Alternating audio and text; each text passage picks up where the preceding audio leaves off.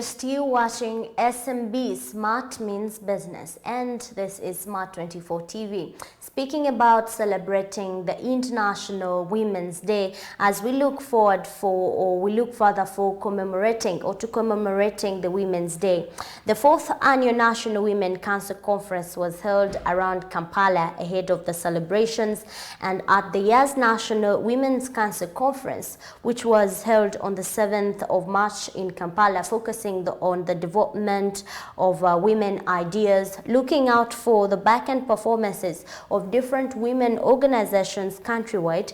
In such a meeting, the meeting was reflecting on how the achievements and challenges, as well as discussing the way forward to better a woman's future or to better their sustainable development. We're going to look at this more detailed. We do return to at least highlight for you, excitement for you. But don't forget to share your excitement, share what you think, share how your celebration is going to be on this particular one. We take a look on the story, we return. The meeting, which was held at the Imperial Royal Hotel, had all district women leaders present, and in this meeting, women discussed some of the challenges they face and also paved a way forward to fast-track them. Hajat Farida Chigwawa, the chairperson of the National Women Council, revealed that this is the 4th annual meeting to be held, and it highlighted some of the challenges that they face as the women. This is the 4th one since we came into office, and we've had a number of challenges. For example, the women are mandated to sit in the Women's Council, in the conference at the district council, but they are not invited. That is one issue that has been a problem. The minister wrote a circular that these women are ex-officials in their respective district councils, but we call upon the clerk to council, the chief administrative officer, in their respective districts, to make sure that they implement what the minister sent to the district. This is very important because we need our voices to be heard in those districts.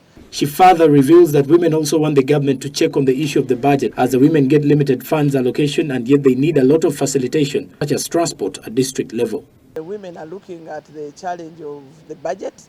We've had issues with budgets. They are complaining the budgets are not enough. We don't have enough budgets. The issue of the budget is cross-cutting. Even at the national level, we still have issues to do with the budget. We need to move the whole country, but we are limited with the budget. At the district level, they request for transport facilitation because they have to monitor government programs. Programs like WEP, they are mandated to sign and append their signatures on the groups that are going to benefit out of WEP. That has been also another challenge, the transport at the district level. Tibekana Nantongo, the chairperson of Women's Council, Jinja City, also revealed some of the challenges they face as women leaders. At first, thank the government for giving the women a platform. I would like to thank this government of NRM for promoting the women to be in front of others. I can recall long ago they could not manage to promote women.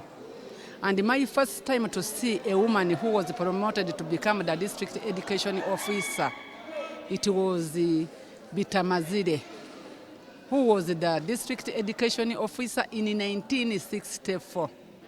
But now when NRM came into power, that is when I saw that she's the representative of women at the council level, like from the LC1, we have the Women Council, who is also part of them. LC2, the same thing. LC3, personally, I'm the chairperson of Women Council at the sub-county level, Budondo sub-county, and at the junctures I'm talking, I'm the chairperson, Women Council, Jinja City. It is because of this government of NRM. Now, we have challenges as women. Sincerely speaking, we have UWEP money, whereby we, the chairperson, Women Council, we are entitled to sign on the forms of the women groups when they are going to get that money. But unfortunately, even if that money comes, we don't see the money, neither to know that they are giving out that money. So my question is, why can I come and sign, Moreover, I am not seeing whether they have given what. That is our big challenge in this leadership of Women in Council. Honorable Peace Mutuzo, Minister of State for Gender, revealed that it's unfortunate that the Ministry of Gender and Social Development gets the list in the budget framework, something she says is unfair as it won't help foster execution of responsibilities to help the women in the country. The budget, Ministry of Gender almost gets the list in the budget framework. And it has the biggest consequence. It is an empire. Every human being in their respective capacities is part of the Ministry of Gender, Labour and Social Development. Either you are a worker, or you are a woman, or you are a man, or you are a youth, or you are a person with disabilities, you are an elderly, all fall under gender.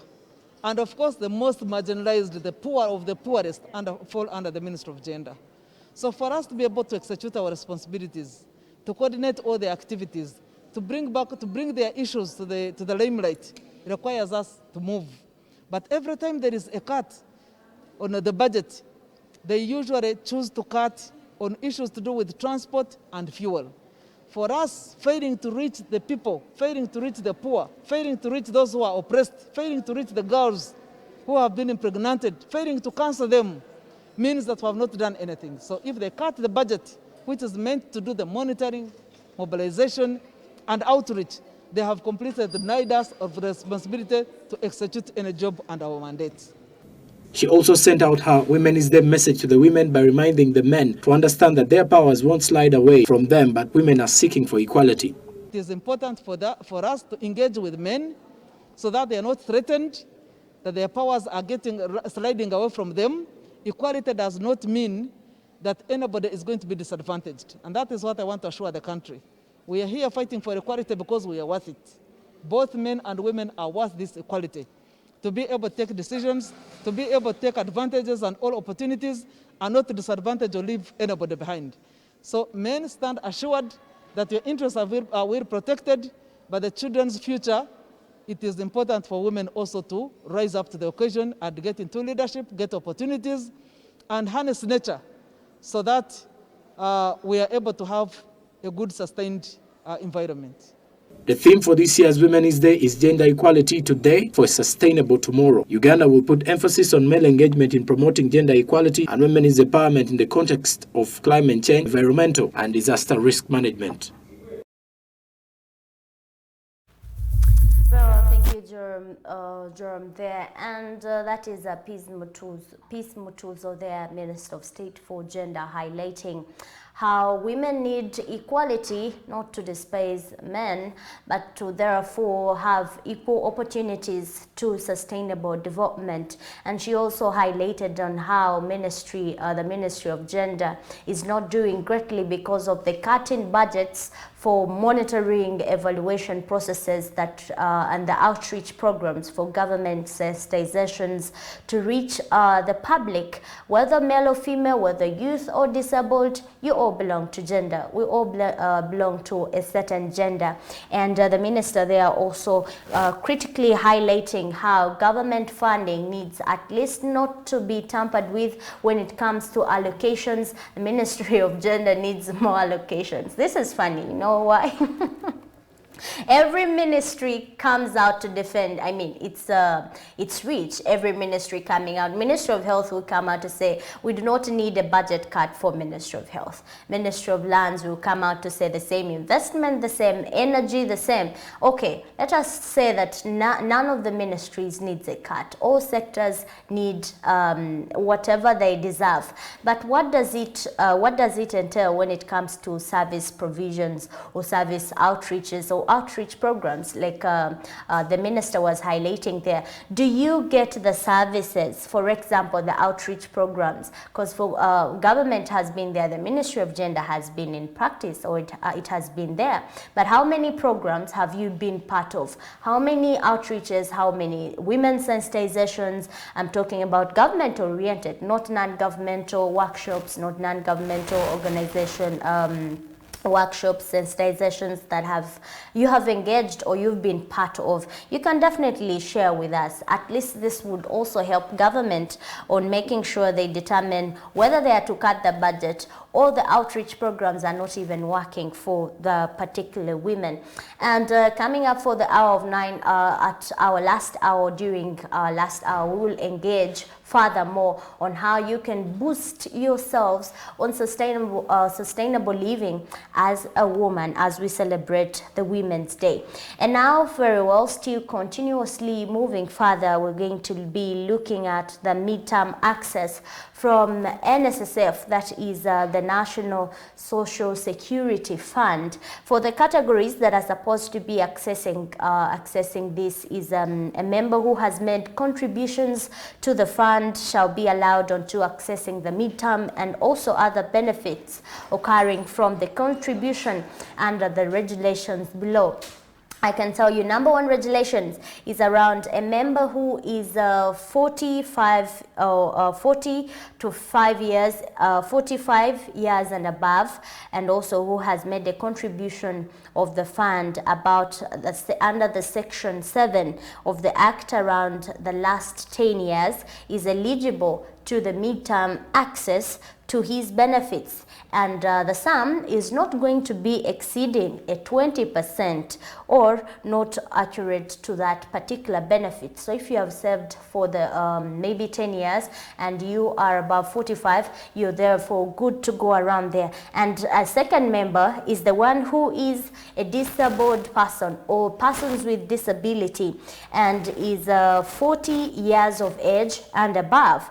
He will be he should or she should have made a contribution of a fund under the Section 7 Act for the last 10 years and is eligible or will be eligible to be accessing a midterm of around 50% of their accurate or saved onto benefits there. But let us head into what expectations have been risen around there. Now, NSSF, there has been as of yesterday, there was a huge crowd noticed at the Workers' House as beneficiaries of the NSSF midterm access turned up in hundreds of numbers to get interviewed following their applications to access their long-awaited midterm NSSF funds. Now, during the media dialogue at Serena Hotel, it was also revealed that 1 trillion Ugandan shillings had been embarked for the midterm benefit payment,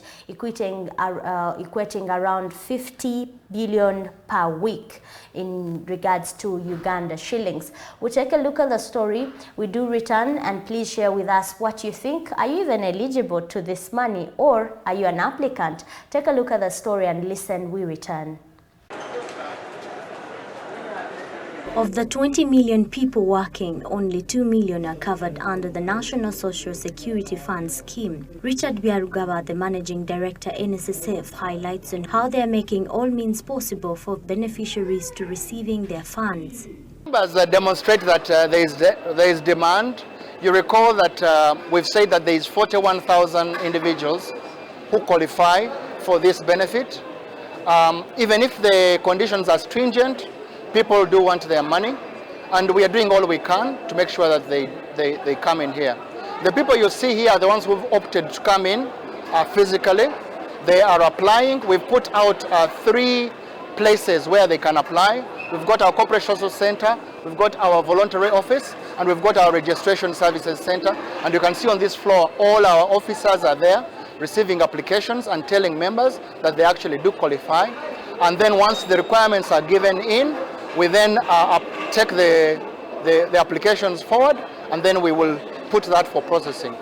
The law says that we can process those within 45 working days, and we will ensure that we do beat that deadline of 45 working days. While speaking to the eligible applicants, they expressed their excitement. My name is Mugabe Michael. I work with the Graphic Systems Uganda Limited in Iluzira. I have saved for the last 20 years, and I feel happy if at least I get something, because some people thought that getting this money is very hard. Others, after death, they suffer to get this money. But now, if I can get this 20%, though little, it can help me with school fees, rent, and other small things. Sami Jong at Flora. I work with Mega Industries, Uganda Limited. I'm really very excited about this NSSF. It has a long-awaited issue. Yes, and I'm very happy. Really, the government has done us well. Especially, I want to thank God for our president and people who have been working together to see that we get this at a time like this. I think it is the right time for us to get it. How much are you getting? Me, I'm 53 years and I believe I'm getting something good. Around how much? I don't know. When you look at 20%, I don't know. But I believe. In 2018, the cabinet chaired by President Museveni approved the proposed principles to amend the Social Security Fund Act, which was aimed at expanding social security coverage, enhancing efficiency and effectiveness in investment, among other developmental integrations. February 2021, the 10th Parliament passed the bill, which was sent back to President Museveni for assent. However, he returned it to Parliament, from which Parliament passed the NSSF Fund Amendment Bill in November 2021. Byarugaba stresses the capacity take-ins for NSSF distributions. Depends on our normal uptake of payments is about 200 payments per day. Already today, we know that even just here at head office, we've had over 300 people coming into our premises. So we think that we will be able to take in at least as many as double the amount we would normally have taken in. That's about 800 say today, because it's the first day, and hopefully those numbers should then peter off as we go forward. So we hope that with doubling of our capacity, we should be able to pay the first claimants 800 per day on the second week, on the 14th, on the 17th of March. That's when we'll make our first payment. So if you are collecting about 800 per day, multiply that through by the number of days between now and 17th, 10 days, which is about 8,000 people of the 41,000 people. Qualifying members can now apply for their midterm benefit with effect from today. Visit www.nssfug.org/midterm. Rita Cabanyoro, Smart 24. Well, there you have had it as how you are going to be applying if you're only eligible for the midterm access, that is in regards to a 45 and above, between 40 years and 45 and above, and you should have saved for 10 years around that fund, particularly there, and you will be expected to receiving a 20% of your fund. And for those people with disability or persons with disabilities, you must have had 40 years and above and have served for around 10 years, and you will be accessing your 50%. So there is a difference between 20% and 50% for the disabled for accessing their term around NSSF. But as we celebrate Women's Day, because the fund is going to be dispersed right on around the 17th of March, that is next week, if I'm not mistaken, next week, you will realize, or you're going to be receiving the fund. So you can as well as go to any branches of NSSF across the districts you're from, and you will be highlighting and given more details on that. But you will not as well access that, because there are people, you are part of the fund, but then you have not applied for it. There is a process of application still ongoing, and you can do that at www.nssf.org/midterm, as that is on depending on if you want to do that online, or there are people, how many people who can actually afford to do that online without the help of maybe your son or the help of your daughter or your sister. So you can as well inquire or find inquiries around NSSF branches near you. But according to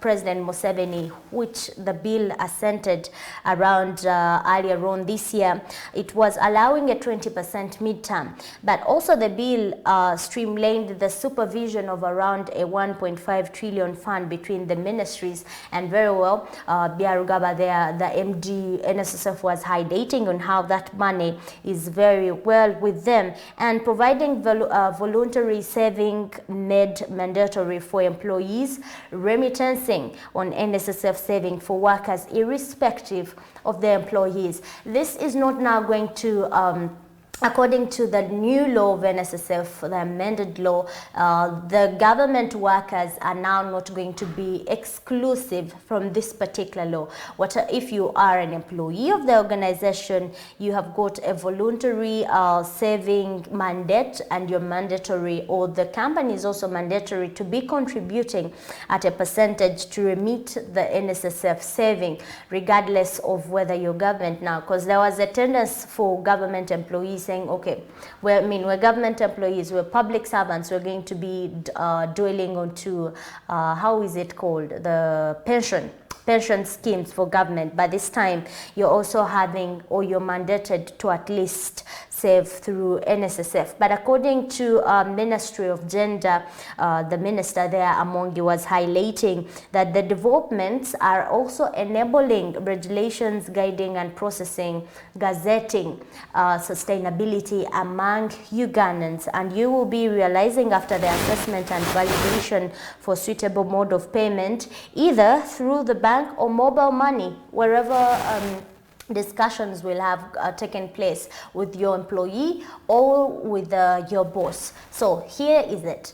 You're working, you have to come in agreement with your employer or your employee to make sure you agree on where will the money be, picked from. It is either going to be cut from the bank or the mobile money saving. Whereas this is happening in the private sector, there is also the SMEs. So this is exceptional from SMEs, especially those who are having startups. They're employing maybe 4 people. I mean, how many people can remit NSSF fund or NSSF saving when they're doing small enterprises, or even employing less than 5 people? But for bigger companies who are doing that, this is going to help a number of people get boosted for their future as we plan ahead. And also, not only even when you're deceased, I mean, when you die, someone can still reclaim it as long as you follow the right processes. And for more detail, you can always access the NSSF office near you and get to know more about the service, more about this voluntary fund.